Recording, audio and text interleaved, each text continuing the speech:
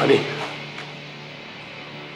क्या बात है ऑटो, जेल के खाने से भी तेरे चेहरे पर चमक आ रही है, क्या बात है?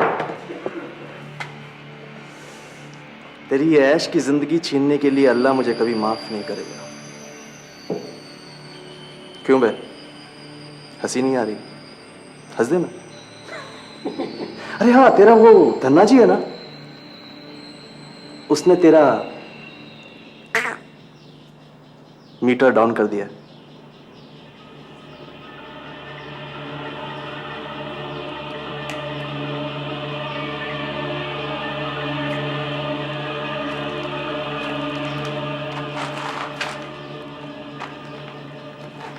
You are finished, you bastard.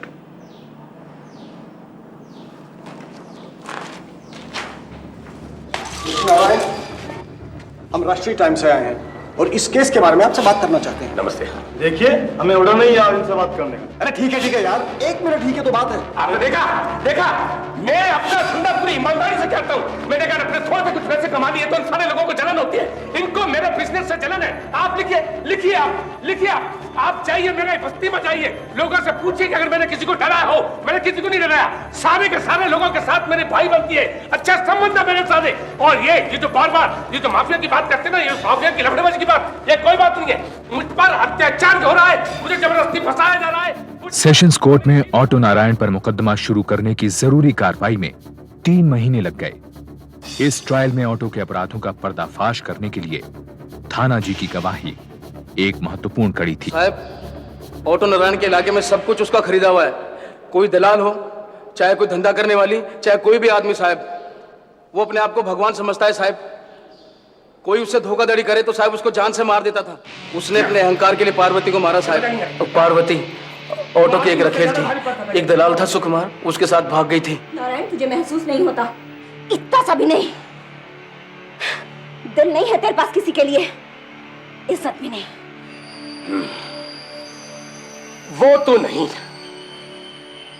तू 4 औरतें रखे, और अगर मेरा कोई ख्याल रखता है तो तुझे क्यों मर्ची लगती है? आज इतनी बड़ी हो गई तू, इतनी बड़ी हो गई तू। सोच मत, तेरी जात पर आज मुझसे ज्यादा तुझे वो बल्ला भाग गया। तू मेरे सिर पर चलेगी। अरे तू जैसी 32 निकाल दी मैंने अपने पाँव के नीचे से। छोड़ देना मुझे तलने के लिए। क्यों बार-बार मुझे अपने पास बुलाता है?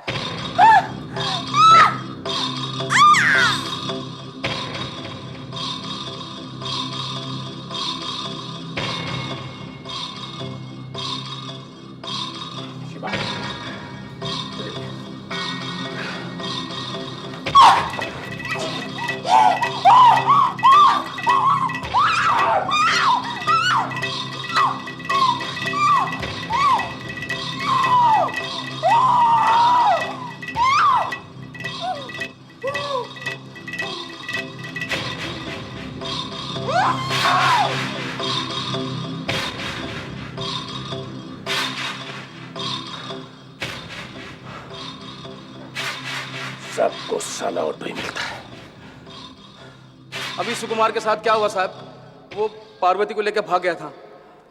अब उसका पागलपन देखो साहब, 5 महीने तक लगातार उसको ढूंढता रहा, जान से मारने का वास्ते।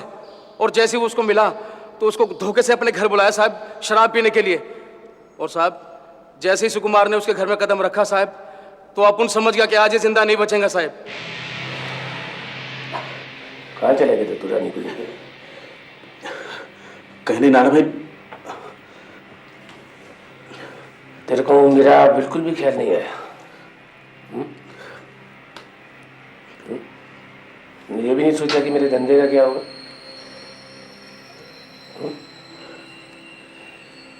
ऐसे तो कोई भी इधर उधर जाने लगा तो मेरे धंधे का क्या होगा? कहाँ गया? कौन कौन था तेरे साथ? कौन कौन था तेरे साथ?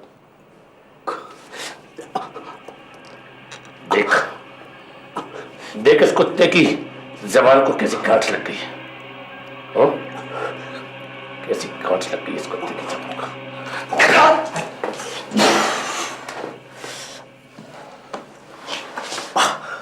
शिवा, कहाँ से निकला?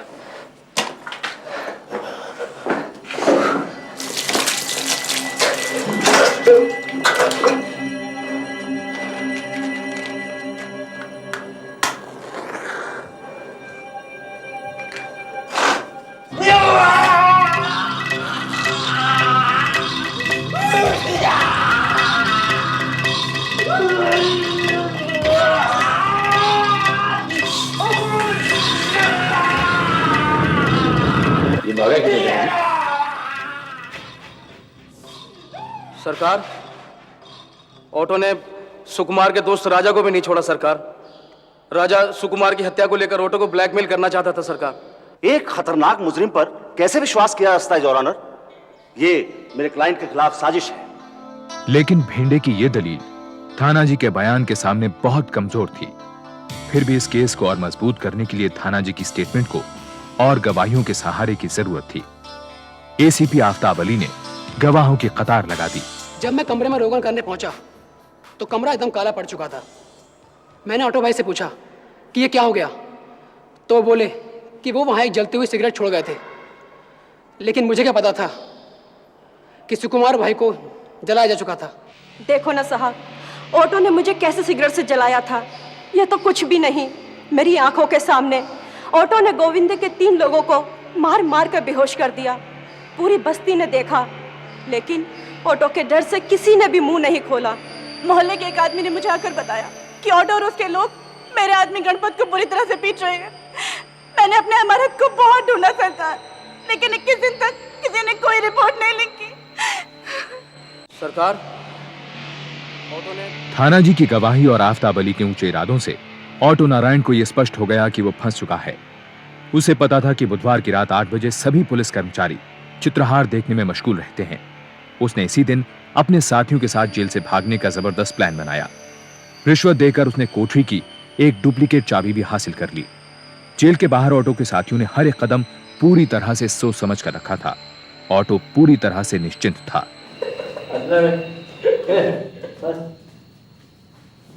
देख, अब मैं तुझे दिखाता हूं। ये है वो जयदारा, है ना टॉप की हीरोइन। पता है, अपना सीन बड़ा दिखाने के लिए पैडिंग करती है। क्या बात है। तेरी कसम, इसकी सबसे पहले पैडिंग मैंने करी थी। जरा टाइम रखना ध्यान का। बात तो सही कह रहा यार। 15-20 मिनट बचे।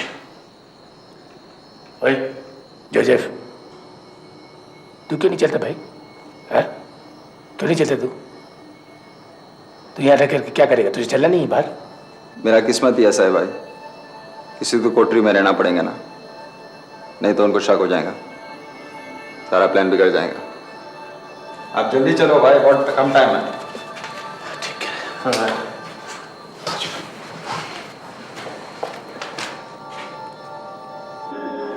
कितना बढ़िया गाना है। क्या चीज है यार?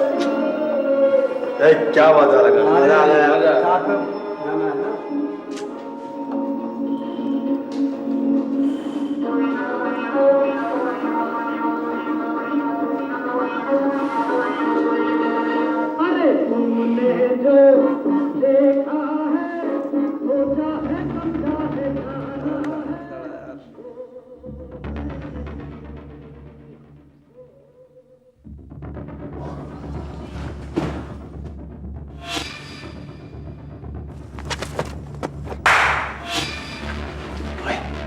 वो तैयार है।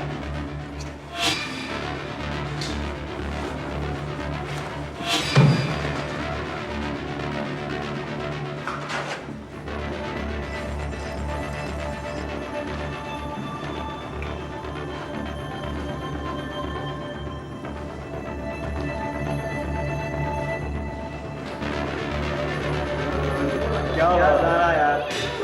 मजा आ गया। डांस करा श्रीदेवी ने। अरे एक बार उधर भी देख का चेक कर ले क्या हो रहा था। क्या डांस करा यार श्रीदेवी ने। मजा आ गया।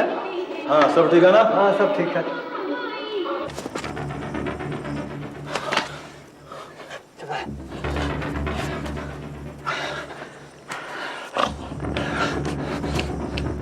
तूने मजा कर दिया। चल तू गाड़ी लेकर के आया। हाँ, उधर खड़ी है। और पैसे ये लो, जितने तुमने बोला था पूरे हैं। हाँ, मैं अपनी बहन सीता को भी ले आया हूँ। बहुत अच्छा किया भाई अपना ध्यान रखना। हाँ ठीक है, तू भी अपना ख्याल रखना। ऐसे दिखाने देते कि तू मेरी घर वाली। ठीक है, इसका ख्याल रखना भाई, मैं मिलने आऊंगा। हाँ। क्या हो रहा था यहाँ पे? हाँ क्या हो रहा था यहाँ पे?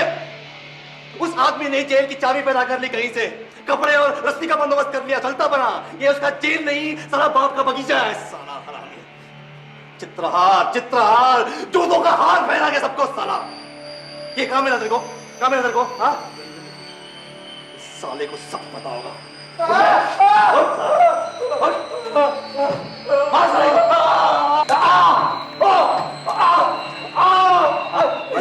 बस कर बस कर। ए ऑटो के पिल्ले, बोल तेरा बाप कहाँ है? कहाँ है तेरा बाप? हाँ छोटे साहब, मार मार के सस्ता नहीं निकलेगा ना। ड्रामा करता है मेरे साथ, ड्रामा करता है। मार इसको। नहीं करा। बोल बोल बोल, कहाँ है? बोल, एक मिनट बोल, कहाँ है? वो मेरे को छोड़ के चला गया। अगर मेरा दोस्त होता तो मेरे को साथ में लेके जाता। रुक बे, इधर आ बे ऑटो के पिल्ले। ये नहीं बोलेगा साला। इसकी आंखों में देख, जान देने का बाकी है इसको। राम का पिल्ला। बे सुन, तेरा बाप है ना, हमारी चाबी ले गया, लेकिन अपनी चाबी पीछे छोड़ गया साले हरामी। भागने की हड़बड़ी में ऑटो नारायण कागज का एक टुकड़ा जेल में ही छोड़ गया, जिसमें 2 पते लिखे थे। इन पतों को लेकर आफताब अली ने ऑटो नारायण की पत्नी से उसके घर जाकर पूछताछ की। उसे पता चला कि इन पतों में से एक ऑटो की मां का है, जो बंबई में अकेले रहती थी, और दूसरा पता राउरकेला में उसके पिता का था। ये पता उसकी बात है, लेकिन वो मिलने नहीं आता, और ये भी नहीं आया मिलने से। कौन मिलेगा उस गंद के औलाद से?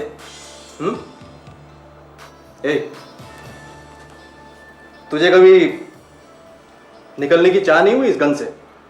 पुलिस को जब बंबई में छापा मारने से कुछ हासिल नहीं हुआ, तब आफताब अली ने पुलिस दल के साथ राउरकेला जाकर ऑटो नारायण के पिता के घर को अपना निशाना बनाया।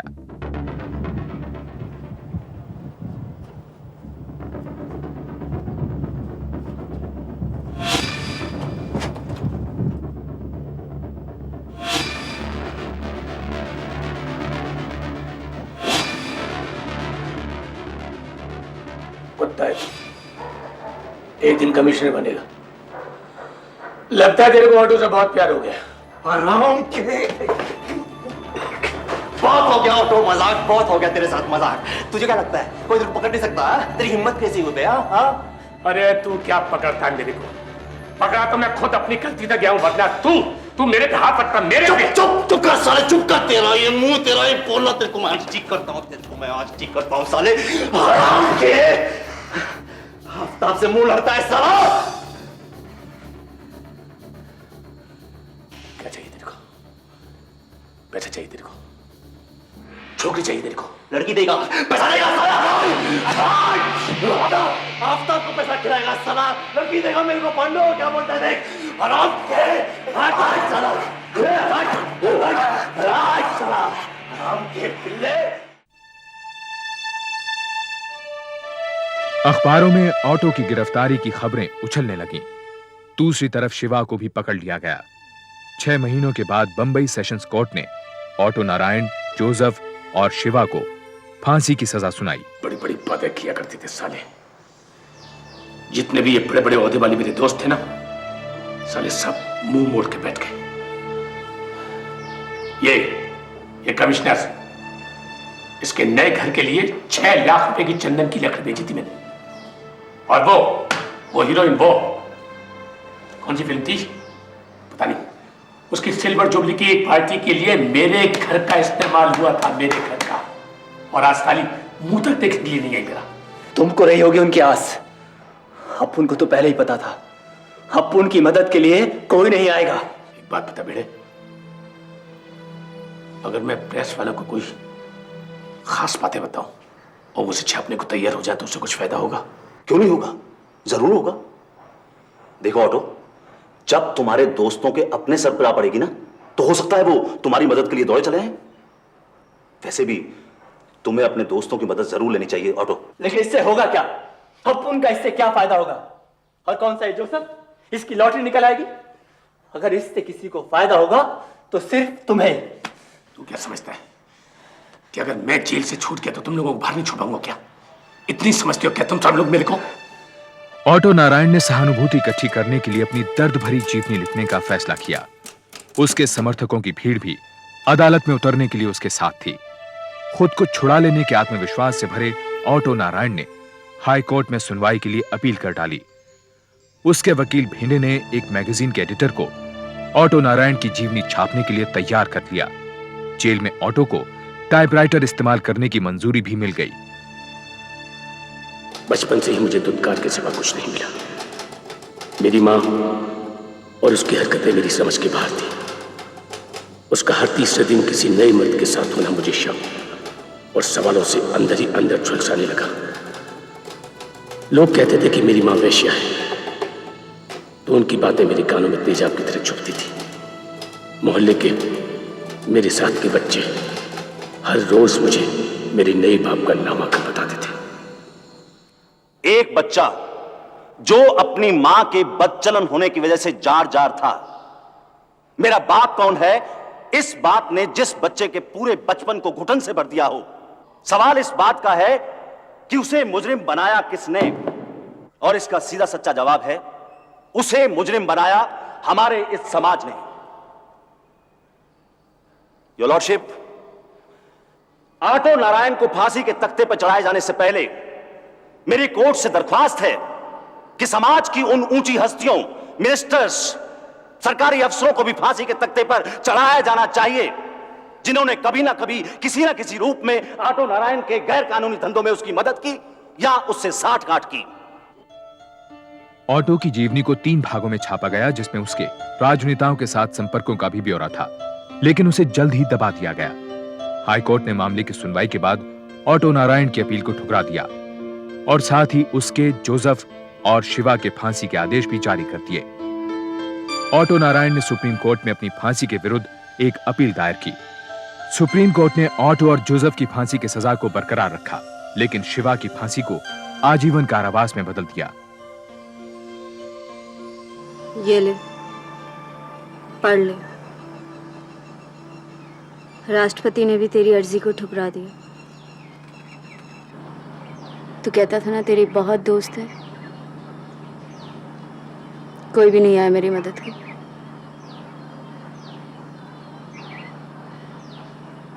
मैंने बहुत सोचा अपने बच्चे के बारे में।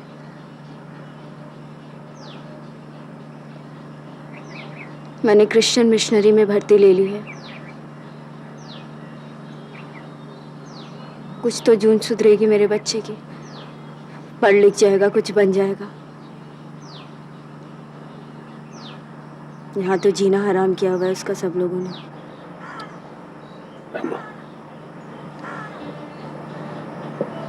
मेरा मन करता है मैं तेरा बच्चा बन जाऊं।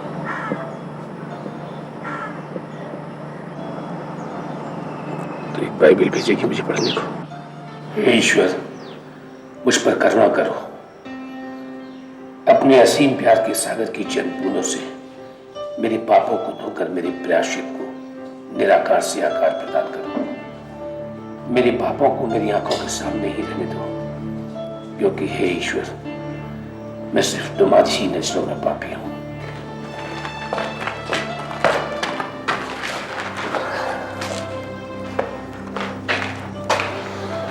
मैंने अनजाने में तुम्हारे विश्वास को ठेस पहुंचाई है, क्योंकि मैं जानता हूं मैं पापी हूं, मैं पापी हूं, मैं पापी हूं। तानाजी को सेशंस कोर्ट के फैसले के बाद रिहा कर दिया गया। वो अब कहां है, कोई नहीं जानता। शिवा आजीवन कारावास की सजा काटते हुए जेल में है। ऑटो की पत्नी रामेश्वरी और बेटे ने ईसाई धर्म अपना लिया। रामेश्वरी अब मिशनरीज के साथ काम करती है, जिन्होंने उसके बेटे के पालन पोषण का जिम्मा उठा लिया। लाइट पे एक नट डाल दे। Sound ready? Shall we start? Yeah, okay, silence. Rolling.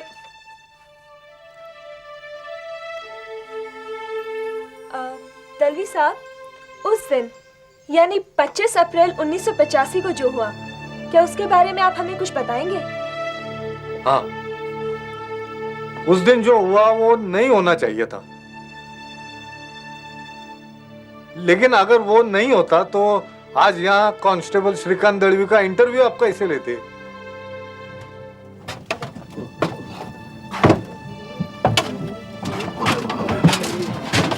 आज तो गर्मी से बुरा हाल है और ऊपर से ये शादियों का मौसम। आप भी शादी में जा रहे हो क्या? अब क्या करें, ना जाएं तो रिश्तेदारों की बातें सुने और फिर उम्र भर की नाराजगी। आप दुनिया से बहुत नाराज लगते हैं। इतनी बुरी नहीं है दुनिया। मेरा ही देखो ना, मैं बहन की शादी के लिए जा रहा हूँ। अच्छा? सगी बहन। 4 महीने पहले सगाई करी थी हमने, तब भी सारा इंतजाम मैंने किया था और अब भी शादी का भी मैंने। लोनावला नॉन स्टॉप बजा रही है।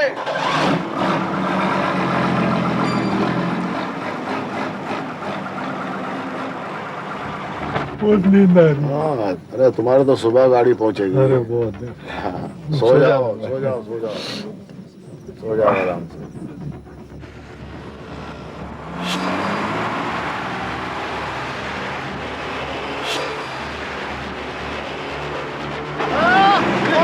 अरे वो ट्रक इनको मार गया, देखो वो गया। अरे ड्राइवर साहब गाड़ी रोको, अरे रोको गाड़ी यार।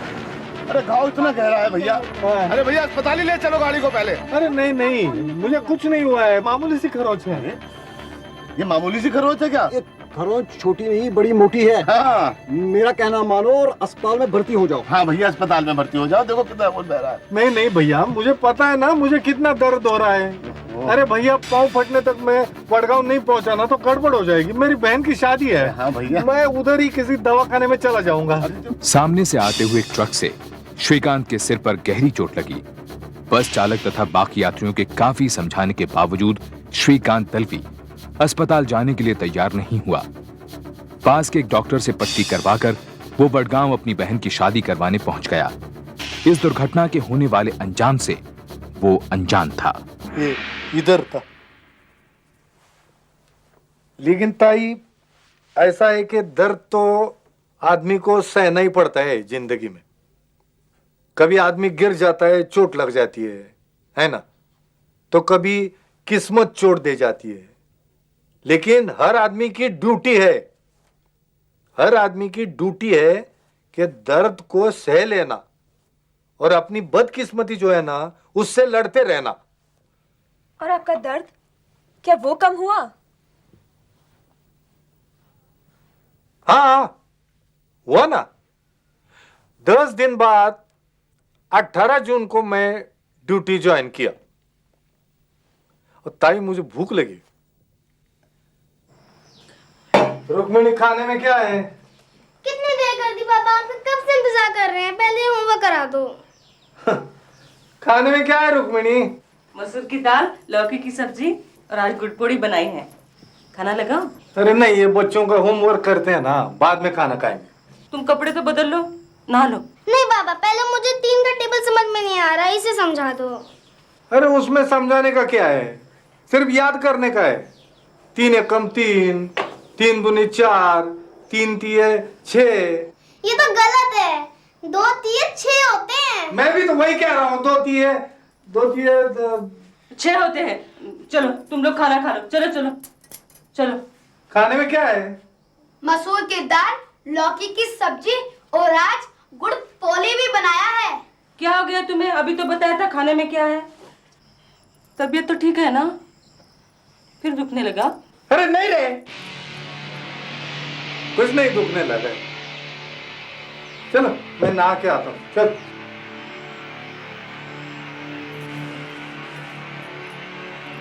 क्या हो गया तुम्हें? बच्चों के सामने क्यों चिल्ला चिल्ली? आजकल कुछ काबू में नहीं रहता मैं रुक्मिणी। थाने में भी सब गड़बड़ हो जाता है। सर दबा दो। थोड़ी देर।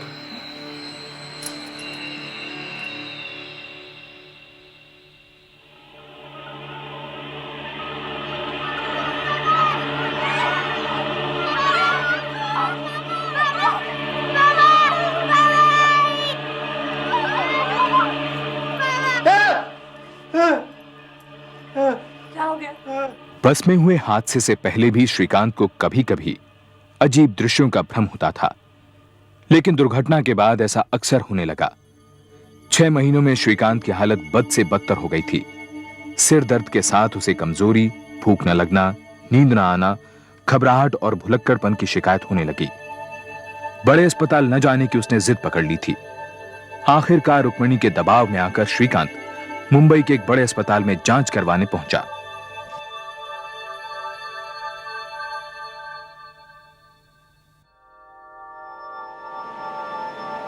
दर्द के लिए कुछ पेन किलर लिख देता हूँ और नींद के लिए कुछ ट्रैंकुलाइजर। ट्रैंक? हाँ, नींद की दवा है, इससे आराम मिलेगा, नींद आएगी। और ये दर्द की गोलियां एक सुबह एक शाम और नींद की गोली एक रात में सोने से पहले ले लेना। इसके अलावा कुछ? मंडे को आपकी रिपोर्ट्स आ जाएंगी, उसके बाद डॉक्टर खरे आपका चेकअप करेंगे। ठीक, नमस्ते। क्या है सर? वो सोमवार को आफ्टरनून ड्यूटी मिलेगा तो? क्यों, मॉर्निंग ड्यूटी में क्या प्रॉब्लम है? सर वो श्रीकांत, मैं पिछले कई महीने से देख रहा हूं तुम आराम ज्यादा और काम कम कर रहे हो। अगर इतनी ही तकलीफ है तो रिटायरमेंट क्यों नहीं ले लेते? नहीं सर, डॉक्टर साहब ने भी कहा है मुझे कुछ नहीं हुआ है, मैं बिल्कुल ठीक हूँ सर। सिर्फ एक बार सर, सोमवार को मैं 1 बजे तक आ जाऊंगा सर। फिलहाल तो मैं राउंड पे जा रहा हूँ, लौट के देखता हूँ।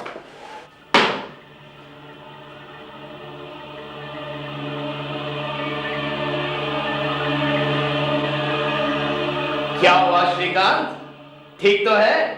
सर दबा दूं क्या? ज्यादा सियाना मत बना। काय को पंगा लेता है रे तुम लोग मेरे साथ? मैं कभी पंगा लिया तुम्हारे साथ है? फिर काय को मेरे पीछे पड़ते हो तुम लोग? डॉक्टर ने भी कहा है मेरे को कुछ नहीं हुआ है, फिर मैं क्या बिगाड़ा था तुम लोगों का?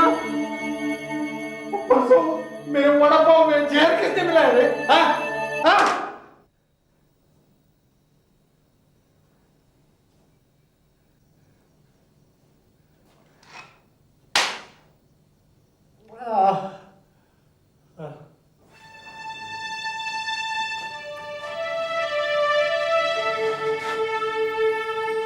डॉक्टर साहब, एक्सीडेंट के पहले मेरे को अजीब अजीब सपने आते थे डॉक्टर। कभी डरावने आते थे, कभी अच्छे आते थे, लेकिन एक्सीडेंट के बाद सिर्फ डरावने ही सपने आते हैं और लगातार रोज रोज आते हैं। अगर चोट 6 महीने पहले लगी थी तो इलाज तभी क्यों नहीं करवाया? करवाया था डॉक्टर साहब, पट्टी करवाई थी। इसके अलावा? वो पिछले हफ्ते डॉक्टर साहब मिले थे ना दूसरे, उन्होंने ये गोलियां खाने को दी थी। ये गोली खाने से दर्द भी कम है, नींद भी अच्छी आती है। हाँ, लेकिन सपने अभी भी डरावने आते। डॉक्टर खरे को शक हो गया था कि श्रीकांत की मानसिक हालत पर काफी असर हुआ है। कुछ महीनों की और जांच के बाद डॉक्टर खरे ने पाया कि श्रीकांत खंडित मानसिकता या स्किज़ोफ्रेनिया से पीड़ित है, जिस रोग के कारण समय समय पर रोगी को अजीब अजीब ख्याल आते हैं। सिर पर चोट लगने के कारण श्रीकांत का यह रोग बिगड़ गया और इलाज न करने पर और बदतर हो गया। इस रोग के इलाज के लिए श्रीकांत को बिजली के झटके भी देने पड़े। मुखोले, मुखोले, मुखोले।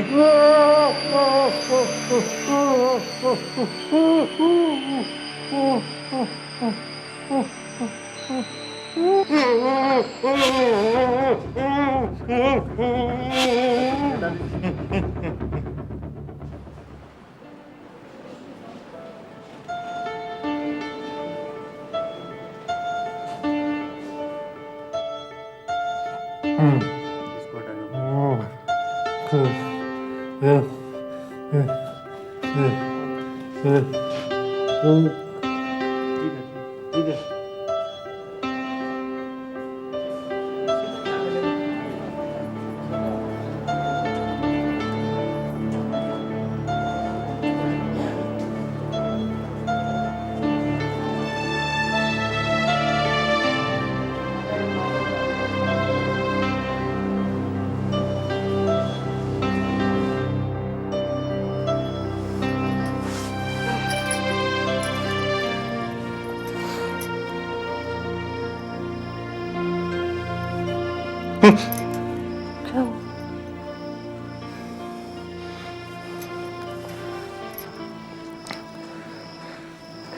रुक्मिणी,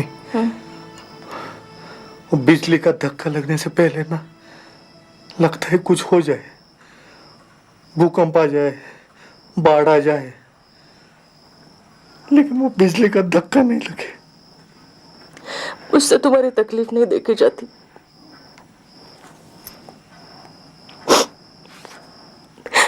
मुझसे तुम्हारी, देखना, दिन भर घर का करना, बच्चों का करना, ऊपर से ये पागल पति।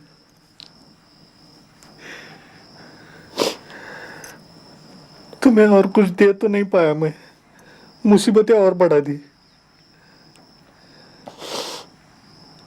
कल को अगर मेरे को कुछ हो गए तो? क्यों होगा तुम्हें कुछ? कुछ नहीं होगा। सो जाओ। दवाई खाई ना? हाँ? दवाई खाई? हाँ।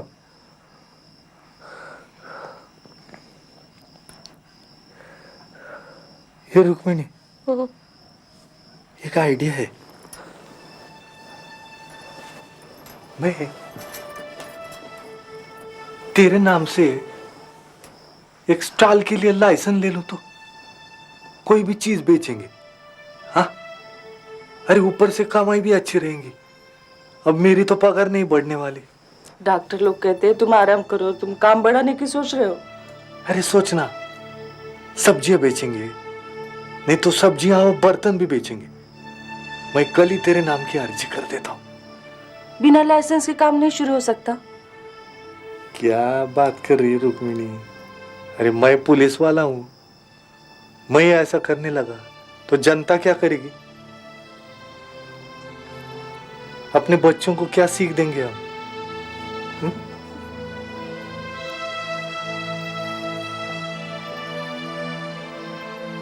ताई चिराग तलेच अंधेरा होता है। मेरे को क्या लगा, मैं पुलिस वाला है ना तो मेरे को लाइसेंस जल्दी मिलेगा। वो ट्रीटमेंट का कुछ नहीं है, वो तो मैं कर लेता था। वो इलेक्ट्रिक का शॉक, वो भी मैं सहन कर लेता था। परेशानी बहुत हुआ लेकिन मैं सह लेता था। लेकिन ये लाइसेंस के चक्कर में जो परेशानी हुआ मेरे को, वो मत पूछो। रोज वहां जाने का, वो ऑफिसर लोगों से मिलने का, फिर मंत्री को जाके मिलो, उसका चिट्ठी लेकर आओ, फोन करो, उधर उनके ऑफिस के बाहर बैठो, उनका इंतजार करने का, फिर फोन करने का, फिर जाना आना, ऑफिसर से मिलने का। और 2 साल किया मैं ताई। बहुत थका दिया ये लोग मेरे को।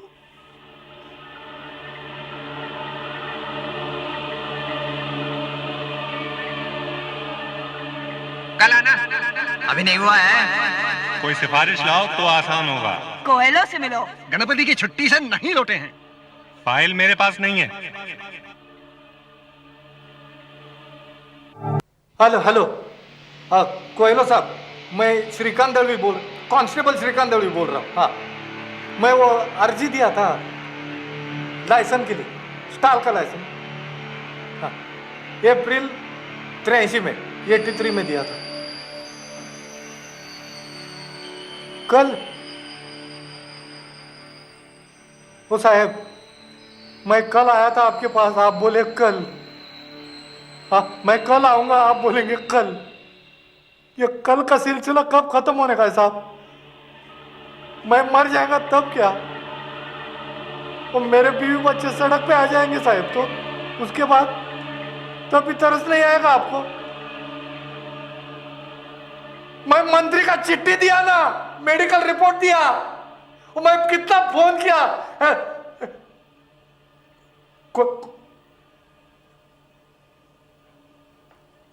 हेलो,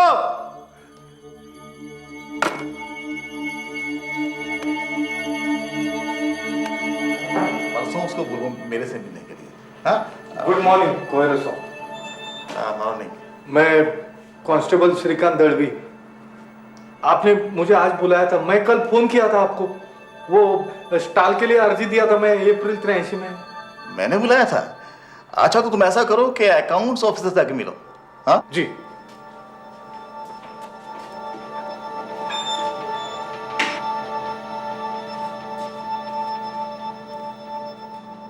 साहब, मैं श्रीकांत दलवी, कांस्टेबल श्रीकांत दलवी। वो मैं एक स्टॉल के लिए अर्जी किया था अप्रैल 83 में, 83 में, और मुलुंड में। उसके बारे में यहाँ किस लिए आए हो? कोयलो से मिलो। लेकिन उन्होंने कहा आपसे मिलने को। या तो कोहेलो मुझे पागल समझता है, या तुम्हें, या उसका दिमाग चढ़ गया है। अरे तुम्हारी अर्जी का यहां क्या काम? मैं किधर जाऊं? घर जाओ, आराम करो और जाते वक्त धीरे से दरवाजा बंद करके चले जाओ।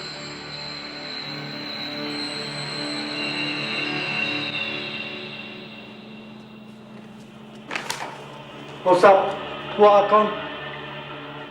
अकाउंट खाली में हमारा टाइम बर्बाद मत करो।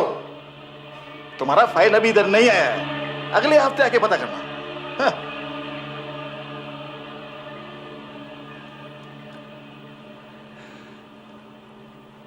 मेरी बीवी है, 2 छोटे छोटे बच्चे हैं साहब, और मैं बीमार आदमी हूं। मुझ पर दया करो साहब, मेरे को ना स्टॉल की बहुत जरूरत है। मैं आपके आगे हाथ जोड़ता हूं, मेरी मदद करो साहब। मदद करो? क्यों मदद करो भाई? हैं? तू कोई मेरा रिश्तेदार लगता है? ये तूने कभी कोई मेरी मदद करी है? मदद करो? अरे बीमार है तो जा अस्पताल जा। अरे तेरे को तो पागल खाना जाना चाहिए। चल जा यहाँ से।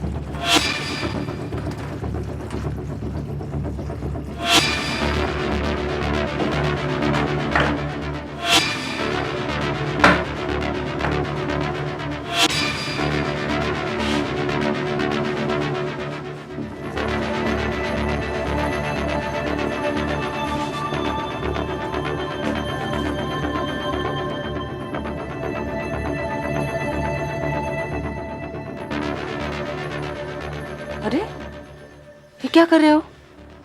कहाँ जा रहे हो? ओ रुक्मिणी, अभी बस भी कर। मेरे को पता है ना क्या करना है क्या नहीं करना है। खीट खीट खीट खीट खीट खीट।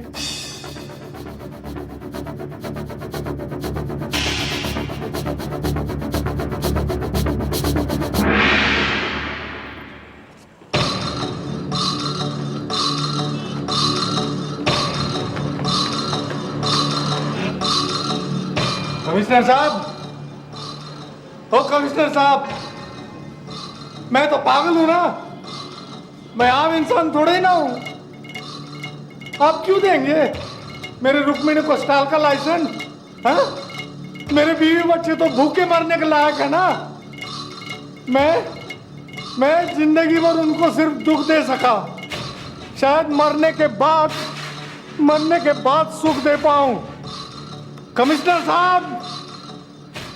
साहब, मेरे मरने के बाद मेरी बीवी को स्टॉल का लाइसेंस देना जरूर देना। मेरे मरने के बाद।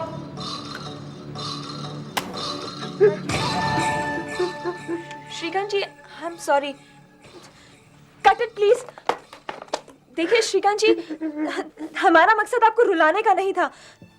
आई एम सॉरी, हम सिर्फ ये जानना चाहते थे कि नहीं, मेरे को भी नहीं मालूम था कि ये कोई पानी लाओ। सालों के बाद मेरे को ये सब याद आएगा। पानी लाओ प्लीज।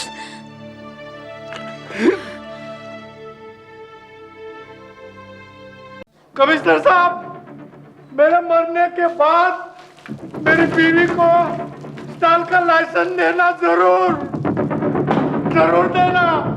मेरे मरने के बाद।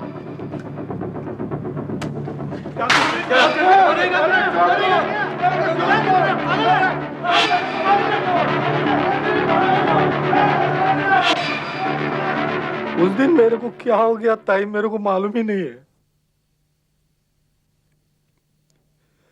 मैं अकेला था ना, डर गया था। रुक्मिणी बच्चों को लेकर गांव गई थी। मेरी रुक्मिणी घर पे होती तो शायद मैं ऐसा करता ही नहीं था।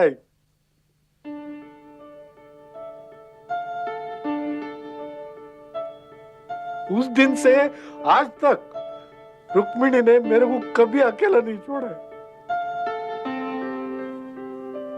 श्रीकांत दलवी को आईपीसी 309 यानी आत्महत्या के प्रयास के जुर्म में गिरफ्तार कर लिया गया। एक दिन हिरासत में रखने के बाद उसे जमानत पर छोड़ दिया गया। खबर पाते ही रुक्मिणी और बच्चे कोल्हापुर से बंबई लौट आए। पुलिस डिपार्टमेंट ने श्रीकांत की तरफ सहानुभूति दिखाते हुए उसे बर्खास्त नहीं किया।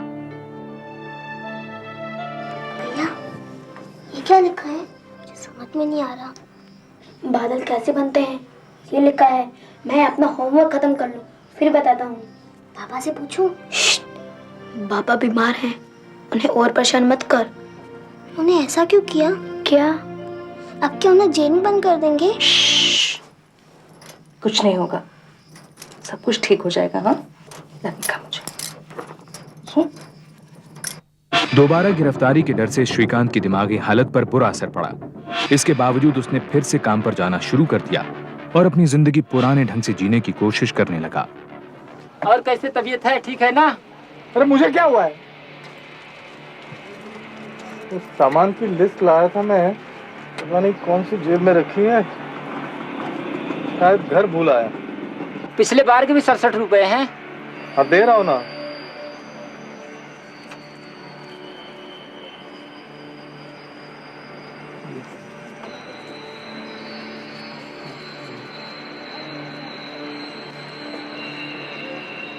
हाँ, लिस्ट शाम को भेजता हूँ। ये तो 43 रुपए हैं। क्या? ये तो 43 रुपए हैं। ठीक से गिनो। अरे ठीक से आप गिनो ना। हेलो,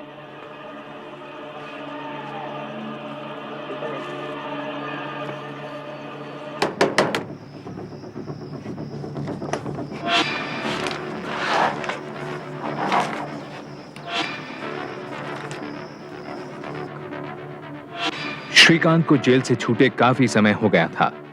उसे लगने लगा था कि यह मामला अब रफा दफा हो गया है कि अचानक उसे कोर्ट से सम्मन मिले कि महाराष्ट्र सरकार ने उसके खिलाफ आईपीसी 309 के तहत आत्महत्या करने की कोशिश के जुर्म में एक केस दर्ज कर लिया है।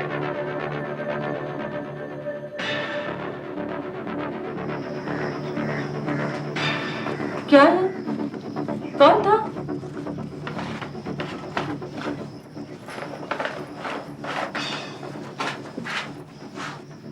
कोर्ट में हाजिर होना है। क्यों? तुमने माफी मांग ली है ना, और एसएचओ साहब ने तुम्हें माफ भी कर दिया है, तो अब क्या है? तुम जज साहब से कह देना गलती हो गई, दोबारा ऐसा नहीं करूंगा, वो माफ कर देंगे। तुम कहाँ जा रहे हो? मैं भी आ रही हूँ तुम्हारे साथ। पागलपना मत करो रुक्मिणी, मैं कोर्ट में नहीं जा रहा हूँ, मैं कहीं और जा रहा हूँ। तुम कहीं भी जाओ, मैं तुम्हारे साथ चलूंगी। बच्चे स्कूल से वापस आएंगे तो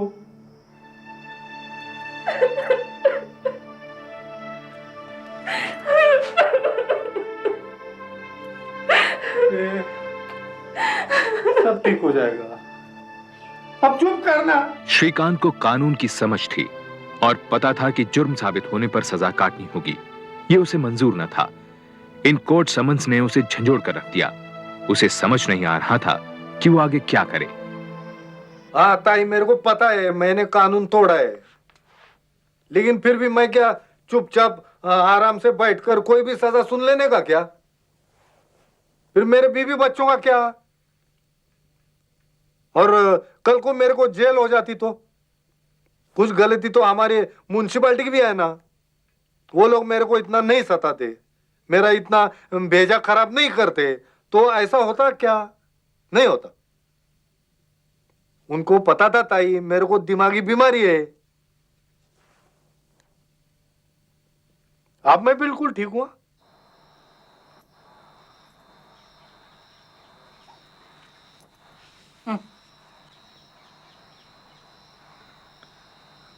रुक्मिणी,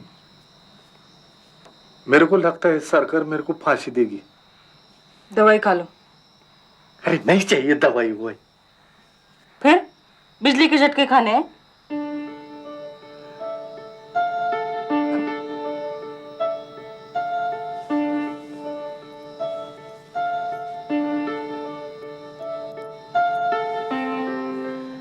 ये सारी बीमारी का ना एक ही इलाज है, एक अच्छा वकील।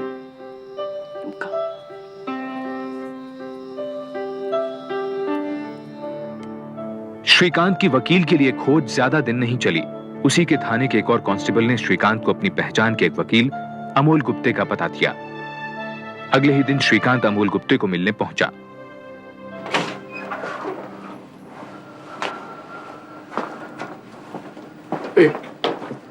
गुप्ते वकील साहब से मिलना है। तू ही जा रहे हाई कोर्ट, उनसे वहीं मिल लो जाके। कोर्ट में डर लगता है बाबा।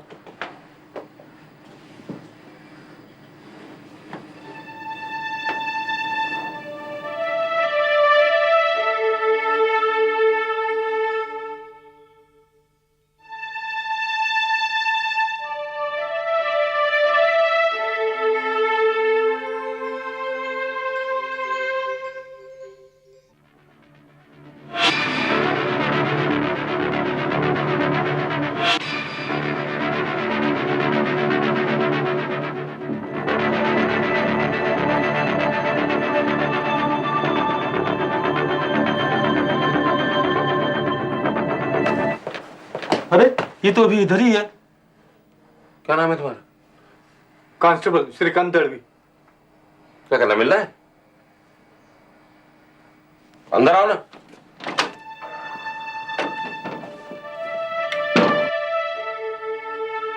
अमोल गुप्ते खुद किसी समय मेंटल डिप्रेशन के दौरे से गुजर चुके थे, इसलिए उन्हें श्रीकांत से खास सहानुभूति हुई। केस के संबंध में अमोल गुप्ते ने अपनी साइकियाट्रिस्ट डॉक्टर सबीना मेहरबान से मदद ली, जिनका मानना था कि आत्महत्या की कोशिश एक एबनॉर्मल घटना है और ऐसा करने वाला व्यक्ति असल में मदद मांग रहा है। बात समझा करो। मैंने तुम्हारे नाम हाई कोर्ट में एक याचिका दायर कर दी, जिसमें मैंने कहा है कि ये जो आईपीसी की धारा 309 है, ये होनी ही नहीं चाहिए। और ये याचिका हाई कोर्ट ने एक्सेप्ट कर ली है। अब रहा दूसरा केस जो सेशंस कोर्ट में चल रहा है। उसकी दोबारा तारीख नहीं लग सकती जब तक हाई कोर्ट अपना फैसला नहीं सुना देता। अब समझ गए ना? मैं तो नहीं समझ, लेकिन रुक्मिणी जरूर समझ गई होगी। ये रुक्मिणी समझ गई ना? नहीं, ठीक तरह से समझ लेना ना। वकील साहब, हाईकोर्ट ने फैसला हमारे विरुद्ध सुना दिया तो हाईकोर्ट देश का कानून क्यों बदलेगा हमारे कहने पे? नहीं, मैं आपसे कुछ नहीं कह रही हूँ। आप तो बड़े अच्छे हैं, लेकिन सब लोग आप जैसे नहीं होते हैं ना। ये जज साहब तुम मेरे को पागल ही समझेंगे, पागल। श्रीकांत, श्रीकांत, देखो तुम मुझसे आज एक वादा करके जाओगे। मेरे पास कभी रोते हुए नहीं आओगे। रोने से तुम कमजोर होते हो। अगर हम हाई कोर्ट में ये केस हार भी गए तो क्या? अभी दूसरा केस तो है, वो हम जीत जाएंगे। तुम्हें कुछ नहीं होगा, मैं गारंटी करता हूं। और वो स्टॉल का लाइसेंस, उसका क्या? नहीं, नहीं चाहिए मुझे कोई लाइसेंस वाइसेंस। बस ये कोर्ट कचरे के चक्कर से छुटकारा दिलवा दो वकील साहब, प्लीज। श्रीकांत दलवी की याचिका के कारण बंबई हाईकोर्ट ने महाराष्ट्र में आईपीसी की धारा 309 के तहत चलने वाले सभी मुकदमों पर रोक लगा दी। गुप्ते वकील मेरे को बहुत अच्छे लगते थे ताई, बहुत भले आदमी थे। मेरे को लगता था कि वही एक आदमी है जो मुझे अच्छी तरह समझ रहे है ना? समझ रही ना आप? और पैसे के मामले में ताई एकदम भला मानुस। जितना भी हम लोग देने का ना उसको, वो आराम से उतना ही लेते थे। ये नहीं कि जास्ती दो, ये वो। मेरे को रुक्मिणी को लगा 5 साल के बाद पहली बार आशा की एक किरण हमको दिख रही है।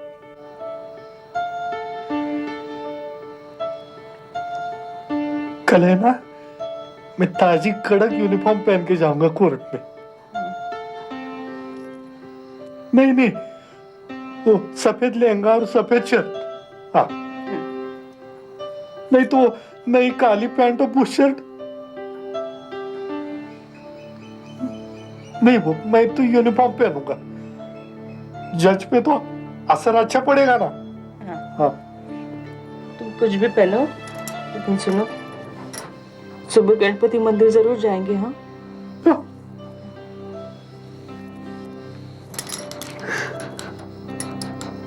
तुम नहीं होती रुक्मिणी तो मैं तो आज तक पागल हो गया होता रे।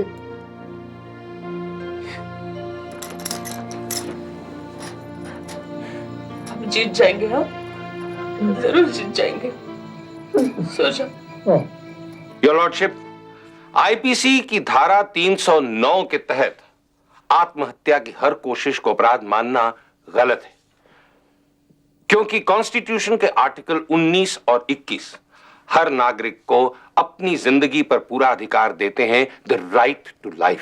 लेकिन योर लॉर्डशिप, आर्टिकल 19 और 21 किसी भी व्यक्ति को अपनी जान लेने का हक नहीं देते, और आईपीसी की धारा 309 भी इसका समर्थन करती है। योर लॉर्डशिप, धारा 309 आत्महत्या की हर कोशिश को एक ही नजरिए से देखती है।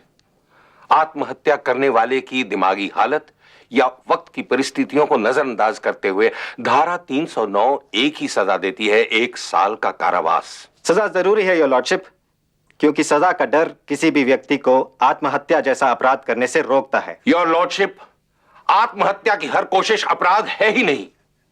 यह रहा signed medical statement psychiatrist doctor Meharwan ji का। इसके मुताबिक आत्महत्या का हर प्रयास एक पुकार है, एक चीख है मदद के लिए।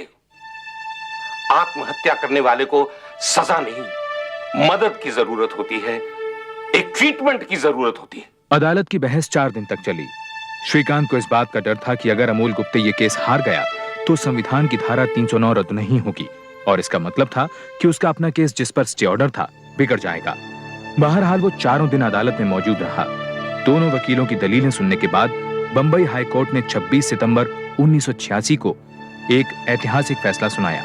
इस अदालत का मानना है कि आईपीसी की धारा 309 ऑब्जेक्शनेबल है और कॉन्स्टिट्यूशन के सेक्शन 21 और 19 का उल्लंघन करती है। यह अदालत आईपीसी की धारा 309 को खारिज करती है। धारा 309 को खारिज करते हुए अदालत ने यह आदेश दिया कि राज्य में अटेम्प्ट टू सुसाइड के तहत चलने वाले सभी मुकदमे खारिज कर दिए जाएं। लिहाजा श्रीकांत तलवी का मुकदमा भी रद्द कर दिया गया। मीडिया ने भी इस खबर को काफी अहमियत दी। बहरहाल श्रीकांत तलवी को स्टॉल का लाइसेंस तो नहीं मिला, पर इस फैसले ने उसमें उम्मीद कायम रखी। जाओ श्रीकांत, जाओ, घर जाओ, आराम करो। तुम्हें आराम की जरूरत है। कल सुबह से तुम्हें अखबार वाले जीने नहीं देंगे। आज तो ये बहुत दिनों के बाद सो पाएंगे। लेकिन वकील साहब, मुझे तो लगा था मैं फिर से बीमार हो जाऊंगा, और फिर बिजली के झटके। नहीं, तुमने मुझसे वादा किया था ना श्रीकांत, तुम मेरे आगे कभी नहीं रहोगे। जाओ, आराम करो।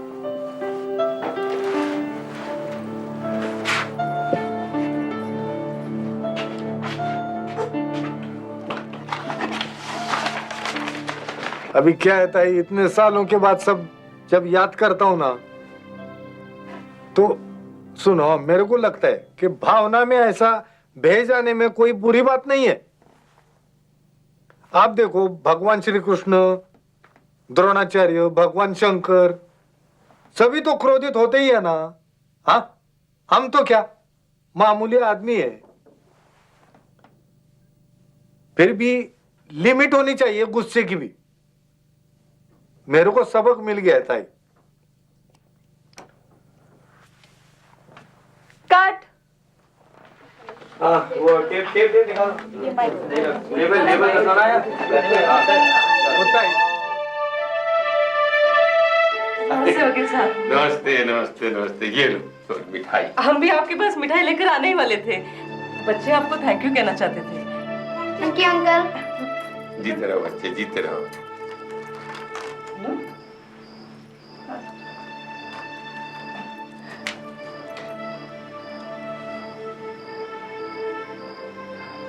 महाराष्ट्र सरकार ने बंबई हाईकोर्ट के फैसले के खिलाफ सुप्रीम कोर्ट में याचिका दायर की। अमोल गुप्ते या श्रीकांत तलवी को इस बात की सूचना नहीं मिली।